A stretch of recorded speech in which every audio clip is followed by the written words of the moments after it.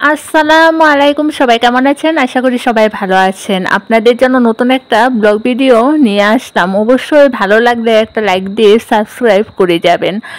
তো এখানে চলে এসেছি আপনাদের আজকে আমাদের বাড়ির রাস্তাটা দেখানোর জন্য। কারণ কথা ছিল যে রাস্তার কাজ যে হচ্ছিল সেটা দেখাবো। তো আজকে সেটাই দেখিয়ে দিলাম। সম্পূর্ণ এখনো হয়নি, অনেকটুকুই বাকি রয়েছে। একবারে সম্পূর্ণ হলে সম্পূর্ণটাই দেখিয়ে দেব। এদিকে চলে এসেছি যেহেতু ভাবলাম দোকানের বাড়ি থেকে কিছু নিয়ে যায়। তো এসে দেখি তার বাড়িতে কবুতরের বাসা, মানে অনেক কবুতর সে লালন পালন করে।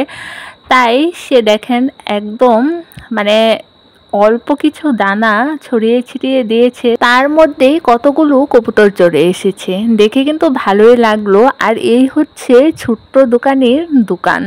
এটা হচ্ছে আমাদের গ্রামের, আমরা এটা সাধারণত টং দোকান বলে থাকি। এখান থেকেই আমাদের প্রয়োজনীয় জিনিসগুলো আমরা নিয়ে থাকি, কারণ সব সময় তো আর বাজারে যাওয়া সম্ভব হয় না, সেই জন্যই।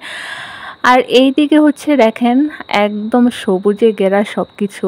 আর এই যে মানে ধানের পাতায় হালকা হালকা শিশির, মানে এখনো শীত পড়ে নাই, তবুও এই শিশির বিন্দুগুলো কেন সেটা নিয়ে এতক্ষণ গবেষণা করছিলাম। তো এইদিকে চলে এসে দেখি মানে ক্ষেত খামারে সবাই কাজ করছে।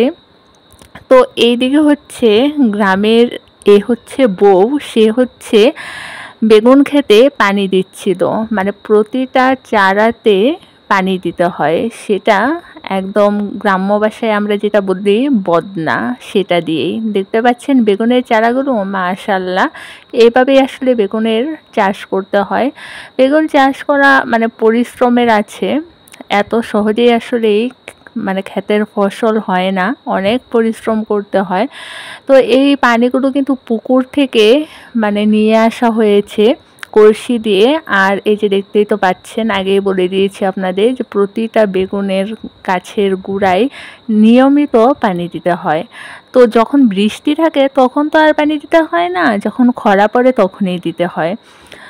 এভাবেই তারা হচ্ছে বেগুন চাষ করে থাকে। আর বাড়িতে এসে দেখি এইদিকে বাচ্চা কাচ্চারা একদম বসে রয়েছে। তারা হচ্ছে আজকে মনে মনে অনেক কিছু প্ল্যান করে রেখেছিল, সেটাই আমার সামনে বহিঃপ্রকাশ করছে। আর হাতে দেখতে পাচ্ছেন মোটা মোটা কতগুলো আখ, মানে এগুলো হচ্ছে তারা কোথা থেকে নিয়ে আসছে আমি জানি না, কিন্তু নিয়ে এসে আমার কাছে দিল। এখন হচ্ছে খাওয়ার পালা। আখ খাওয়া তো ভালো, তো হচ্ছে যেহেতু নিয়ে আসা হয়েছে সেহেতু খেতেই হবে। আর এইদিকে তো দেখতেই পাচ্ছেন গ্রামের মানুষের তো কাজের শেষ নাই, সেটা তো প্রতিটা ব্লগ ভিডিওতে আমি বলি। তো ওইদিকে হচ্ছে মুরব্বি অনেক সুন্দর করে বাড়িঘর পরিষ্কার করছে। আর এইদিকে হচ্ছে আমরা আখ কাটবো এখন। এ হচ্ছে আমার চাচাতো ভাই। তো সে বারবার বলছে যে আমি বলছিলাম যে এমনি কামড় দিয়ে খাওয়ার জন্য, সে কিছুক্ষণ খেয়েওছেও, কিন্তু হচ্ছে সবাই ওইভাবে খাবে না, বলছে সুলিয়ে দিতে, মানে দাও দিয়ে। তাই ভাবলাম যেহেতু আবদার করছে তো সুলিয়েই দিই। আসলে এভাবে খেতেও ভালো লাগে, খালি কামড় দিব আর খাবো। তো তাদের কাজ শেষ করে ফেলেছি, ছোটদের আবদার রাখা শেষ।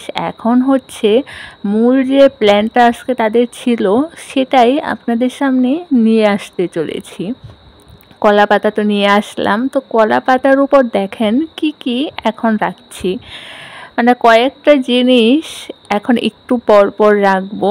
কলা পাতায় আসলে রাখার কারণ হচ্ছে আমরা যেহেতু গ্রামের মানুষ, মানে মাটিতে অনেক সময় অনেকে পার্টি অনেক কিছু করে থাকে। তো আমরা বেশিরভাগ আমাদের গ্রামের মানুষরা, মানে আমাদের কালচার এটা বলা যেতে পারে, মানে আমরা কলা পাতা গাছ থেকে কেটে এরকম মাটিতে বিছিয়ে মানে সব জিনিস রাখি, তারপর হচ্ছে বিভিন্ন কাজ করে থাকি। তো এই যে হাতে দেখতে পাচ্ছেন সয়াবিন তেল। তো সয়াবিন তেল দিয়ে কী করবো বলেন তো? দেখে কি কিছু বোঝা যাচ্ছে যে আজকে আসলে কি বানাতে চলছি? সহজ কথায় বলে দেব কি যে আসলে আজকে কি বানাচ্ছি। আজকে কিন্তু বানাচ্ছি কেক। তো এগুলো আমরা গ্রামের মানুষরা সচরাচর বানাই না, কিন্তু আজকে ছোটরা আবদার করলো যে একটা কেক বানানোর জন্য। তো সব কিছু তো আর গ্রামে ওইরকম পাওয়া যায় না। আমার কিছু কিছু জিনিস আমি যখন শহরে যাই তখন আবার নিয়ে আসি, মানে এগুলো বানানোর জন্য। তো সেই জিনিসগুলো দিয়েই মানে মোটামুটিভাবে এই জিনিসটা সুন্দর করে আমি বানানোর চেষ্টা করেছি আমার সাধ্যমতো। এখন কতটুকু হবে সেটা আমি আসলে জানি না। আর সবটুকু কিন্তু মানে আপনাদের সামনে তুলে ধরা হয়নি। মানে কেটে কেটে যতটুকু পেরেছি ততটুকুই আমি তুলে ধরেছি।